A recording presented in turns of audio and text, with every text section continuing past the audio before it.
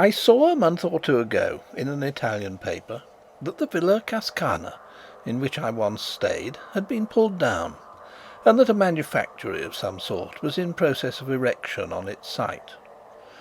There is therefore no longer any reason for refraining from writing of those things which I myself saw, or imagined I saw, in a certain room and on a certain landing of the villa in question, nor from mentioning the circumstances which followed, which may, or may not, according to the opinion of the reader, throw some light on, or be somehow connected with this experience. The Villa Cascana was in all ways but one a perfectly delightful house. Yet if it were standing now, nothing in the world, I use the phrase in its literal sense, would induce me to set foot in it again. For I believe it to have been haunted in a very terrible and practical manner. Most ghosts, when all is said and done, do not do much harm. They may perhaps terrify, but the person whom they visit usually gets over their visitation. They may, on the other hand, be entirely friendly and beneficent. But the appearances in the Villa Cascana were not beneficent, and had they made their visit in a very slightly different manner, I do not suppose I should have got over it any more than Arthur Inglis did.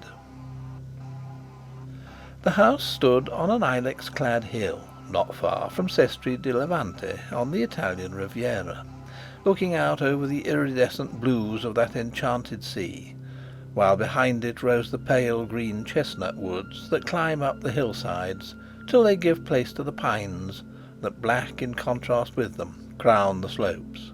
All round it, the garden, in the luxuriance of mid-spring, bloomed and was fragrant, and the scent of magnolia and rose, borne on the salt freshness of the winds from the sea, flowed like a stream through the cool vaulted rooms.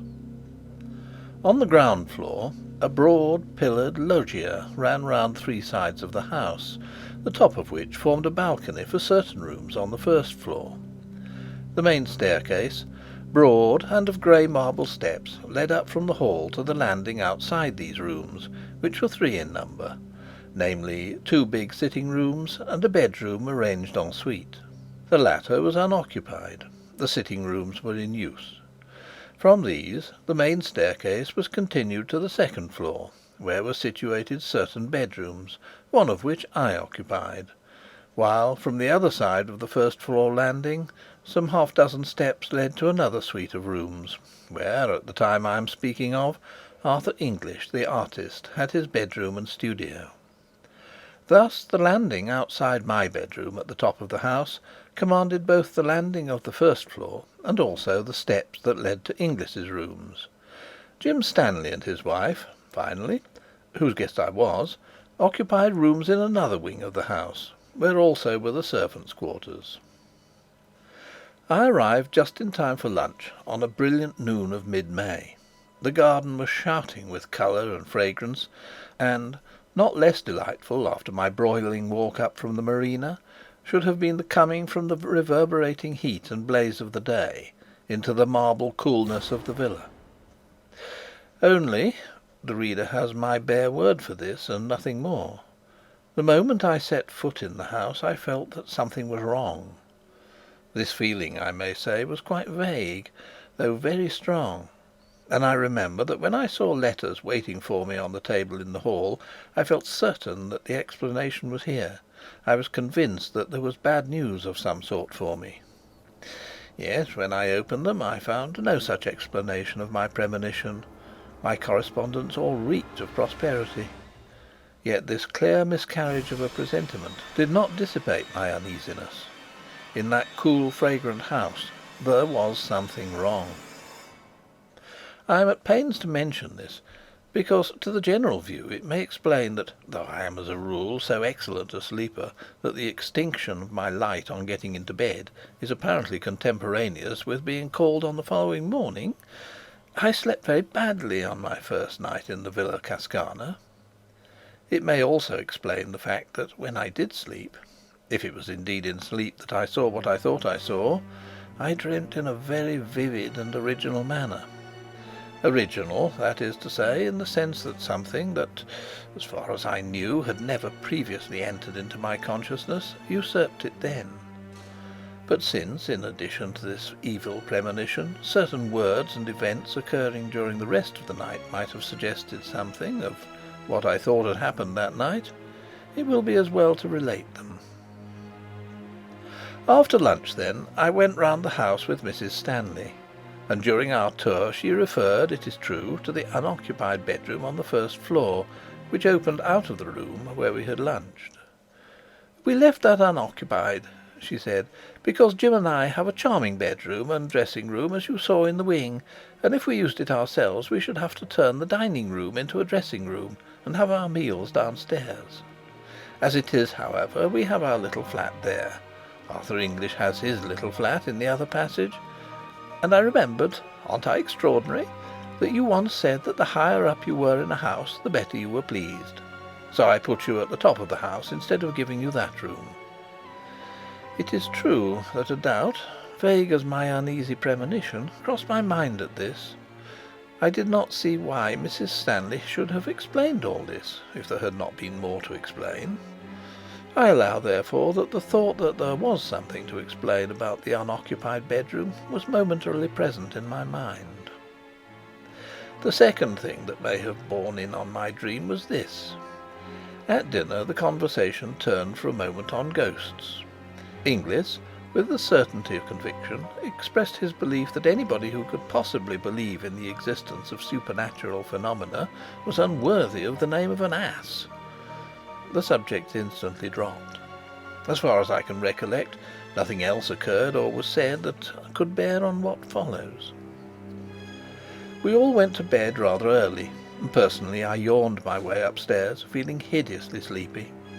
My room was rather hot, and I threw all the windows wide, and from without poured in the white light of the moon and the love song of many nightingales. I undressed quickly and got into bed. But though I had felt so sleepy before, I now felt extremely wide awake. But I was quite content to be awake. I did not toss or turn. I felt perfectly happy listening to the song and seeing the light. Then it is possible I may have gone to sleep, and what follows may have been a dream. I thought anyhow that after a time the nightingales ceased singing and the moon sank. I thought also that if, for some unexplained reason, I was going to lie awake all night, I might as well read, and I remembered that I had left a book in which I was interested in the dining room on the first floor. So I got out of bed, lit a candle, and went downstairs. I went into the room, saw on a side table the book I had come to look for, and then, simultaneously, saw that the door into the unoccupied bedroom was open. A curious grey light, not of dawn nor of moonshine, came out of it, and I looked in. The bed stood opposite the door, a big four-poster hung with tapestry at the head. Then I saw that the greyish light of the bedroom came from the bed, or rather from what was on the bed, for it was covered with great caterpillars, a foot or more in length, which crawled over it. They were faintly luminous, and it was the light from them that showed me the room. Instead of the sucker feet of ordinary caterpillars, they had rows of pincers like crabs, and they moved by grasping what they lay on with their pincers, and then sliding their bodies forward. In colour, these dreadful insects were yellowish-grey, and they were covered with irregular lumps and swellings. There must have been hundreds of them, for they formed a sort of writhing, crawling pyramid on the bed. Occasionally one fell off onto the floor with a soft, fleshy thud, and though the floor was of hard concrete, it yielded to the pincer feet as if it had been putty, and crawling back, the caterpillar would mount onto the bed again, to rejoin its fearful companions. They appeared to have no faces, so to speak, but at one end of them there was a mouth that opened sideways in respiration. Then, as I looked, it seemed to me as if they all suddenly became conscious of my presence. All the mouths, at any rate, were turned in my direction, and the next moment they began dropping off the bed with those soft fleshy thuds onto the floor and wriggling towards me. For 1 second a paralysis, as of a dream, was on me, but the next I was running upstairs again to my room, and I remember feeling the cold of the marble steps on my bare feet. I rushed into my bedroom and slammed the door behind me, and then, I was certainly wide awake now, I found myself standing by my bed, with the sweat of terror pouring from me. The noise of the banged door still rang in my ears, but, as would have been more usual if this had been mere nightmare, the terror that had been mine when I saw those foul beasts crawling about the bed or dropping softly onto the floor did not cease then. Awake now, if dreaming before, I did not at all recover from the horror of dream. It did not seem to me that I had dreamed, and until dawn I sat or stood, not daring to lie down, thinking that every rustle or movement that I heard was the approach of the caterpillars. To them and the claws that bit into the cement, the wood of the door was child's play. Steel would not keep them out. But with the sweet and noble return of day, the horror vanished. The whisper of wind became benignant again. The nameless fear, whatever it was smoothed out, and terrified me no longer. Dawn broke, hueless at first, then it grew dove-coloured, then the flaming pageant of light spread over the sky.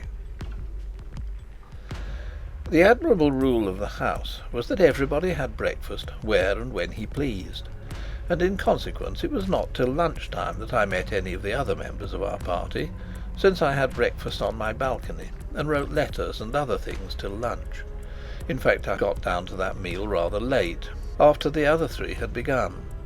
Between my knife and fork there was a small pill-box of cardboard, and as I sat down, Inglis spoke. "Do look at that," he said. "Since you're interested in natural history, I found it crawling on my counterpane last night, and I don't know what it is."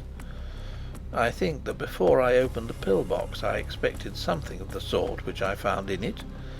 Inside it, anyhow, was a small caterpillar, greyish-yellow in colour, with curious bumps and excrescences on its rings. It was extremely active, and hurried round the box this way and that. Its feet were unlike the feet of any caterpillar I ever saw. They were like the pincers of a crab. I looked and shut the lid down again. "No, I don't know it," I said, "but it looks rather unwholesome. What are you going to do with it?" "Oh, I shall keep it," said Inglis. "It has begun to spin. I want to see what sort of moth it turns into." I opened the box again, and saw that these hurrying movements were indeed the beginning of the spinning of the web of its cocoon. Then Inglis spoke again. "It's got funny feet too," he said. "They're like crab's pincers. What's the Latin for crab?" "Oh yes, Cancer. So in case it is unique, let's christen it Cancer Inglisensis." Then something happened in my brain, some momentary piecing together of all that I had seen or dreamed. Something in his words seemed to me to throw light on it all, and my own intense horror at the experience of the night before linked itself onto what he had just said. In effect, I took the box and threw it, caterpillar and all, out of the window. There was a gravel path just outside, and beyond it a fountain playing into a basin. The box fell into the middle of this. Inglis laughed. "So the students of the occult don't like solid facts," he said. "My poor caterpillar." The talk went off again at once onto other subjects, and I have only given in detail, as they happened, these trivialities, in order to be sure myself that I have recorded everything that could have borne on occult subjects or on the subject of caterpillars. But at the moment when I threw the pill-box into the fountain, I lost my head. My only excuse is that, as is probably plain, the tenant of it was in miniature exactly what I had seen crowded onto the bed in the unoccupied room. And though this translation of those phantoms into flesh and blood, or whatever it is that caterpillars are made of, ought perhaps to have relieved the horror of the night, as a matter of fact it did nothing of the kind.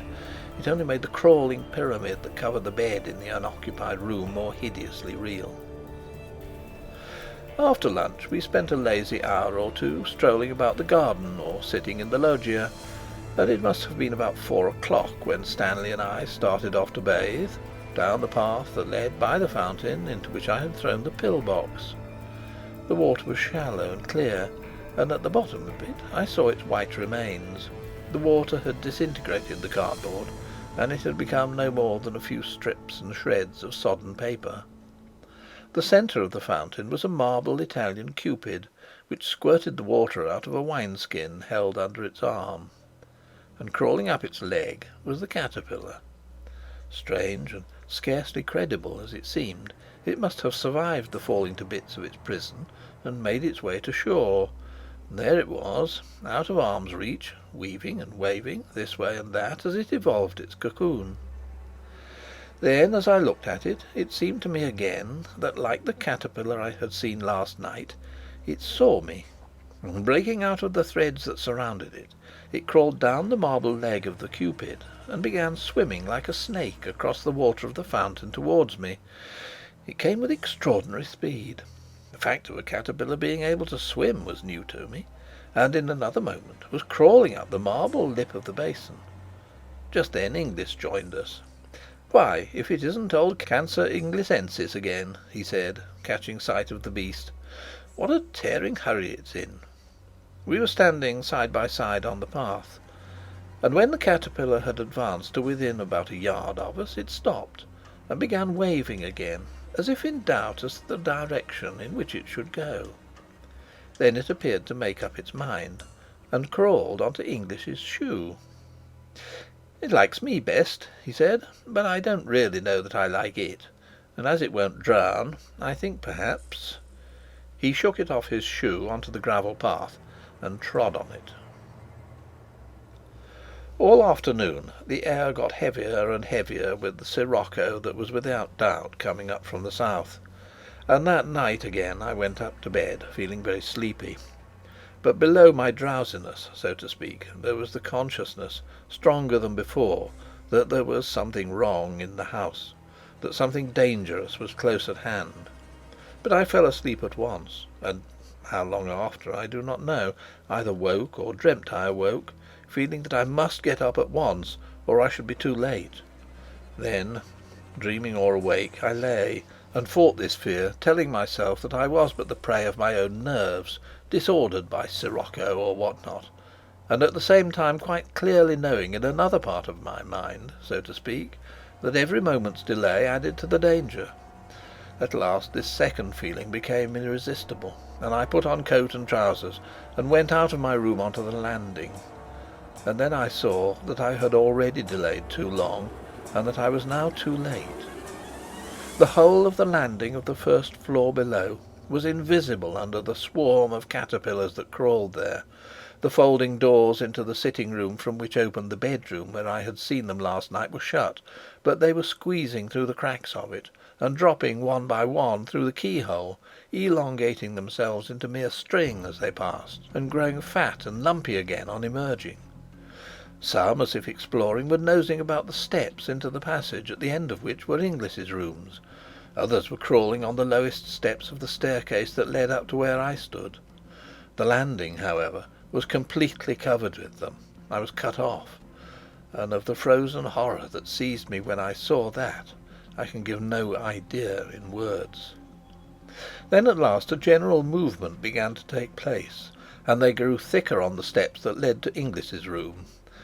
Gradually, like some hideous tide of flesh, they advanced along the passage, and I saw the foremost, visible by the pale grey luminousness that came from them, reach his door. Again and again I tried to shout and warn him, in terror all the time that they would turn at the sound of my voice and mount my stair instead. But for all my efforts, I felt that no sound came from my throat. They crawled along the hinge crack of his door, passing through as they had done before, and still I stood there, making impotent efforts to shout to him, to bid him escape while there was time. At last the passage was completely empty. They had all gone, and at that moment I was conscious for the first time of the cold of the marble landing on which I stood barefooted. The dawn was just beginning to break in the eastern sky. 6 months after, I met Mrs. Stanley in a country house in England. We talked on many subjects, and at last she said, "I don't think I've seen you since I got that dreadful news about Arthur Inglis a month ago." "I haven't heard," said I. "No? He has got cancer. They don't even advise an operation, for there is no hope of a cure. He's riddled with it, the doctors say." Now, during all these 6 months, I do not think a day had passed on which I had not had in my mind the dreams, or whatever you like to call them, which I had seen in the Villa Cascana. "It is awful, is it not?" she continued, "and I can't help feeling that he may have—" "Caught it at the villa?" I asked. She looked at me in blank surprise. "Why did you say that?" she asked. "How did you know?" Then she told me. In the unoccupied bedroom a year before there had been a fatal case of cancer. She had, of course, taken the best advice, and had been told that the utmost dictates of prudence would be obeyed so long as she did not put anybody to sleep in that room, which had also been thoroughly disinfected and newly whitewashed and painted.